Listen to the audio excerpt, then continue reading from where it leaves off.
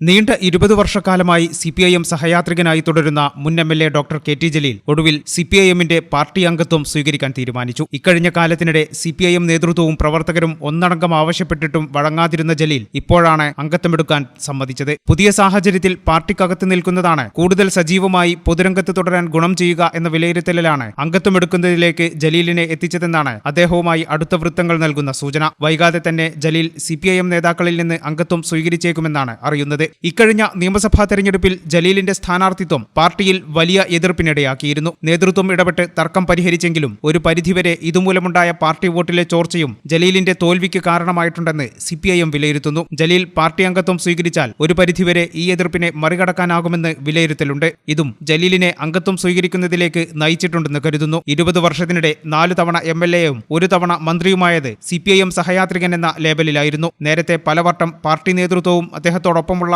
ഇടതുപ്രവർത്തകരും party അംഗത്വമെടുക്കാൻ ആവശ്യപ്പെട്ടിരുന്നെങ്കിലും അതിൽ നിന്ന് തന്ത്രപരമായി ഒഴിഞ്ഞുമാറുന്ന സമീപനമാണ് ജലീൽ സ്വീകരിച്ചിരുന്നത്.